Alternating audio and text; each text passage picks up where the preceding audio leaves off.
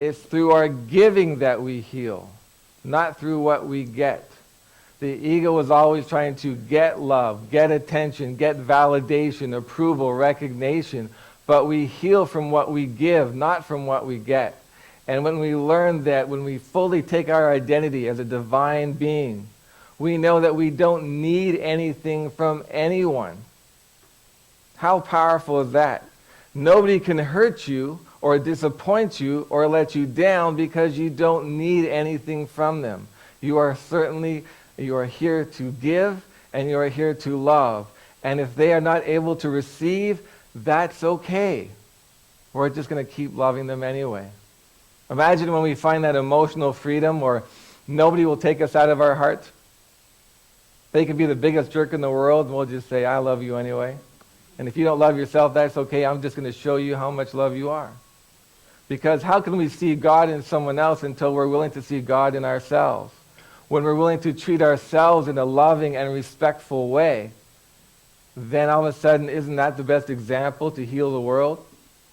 Right? How many of us try to heal the world by changing everybody else? Right? It's so much easier, isn't it?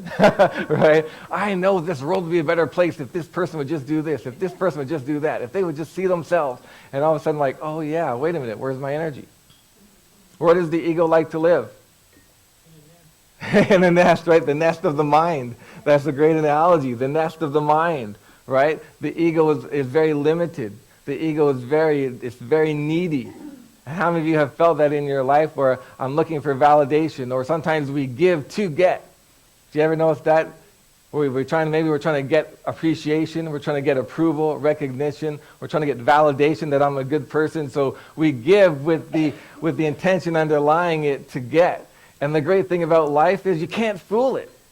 It's only when you give unconditionally because you know who you are. You know that it is a privilege to give love, and the receiving is in the giving.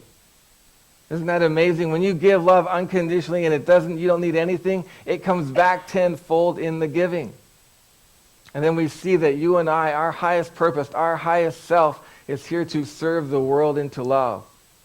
And we do that by demonstrating it through our example, through opening our hearts and loving people even if they can't receive it, even if they can't love themselves. We show them what it means to love the planet because we know that we're all connected.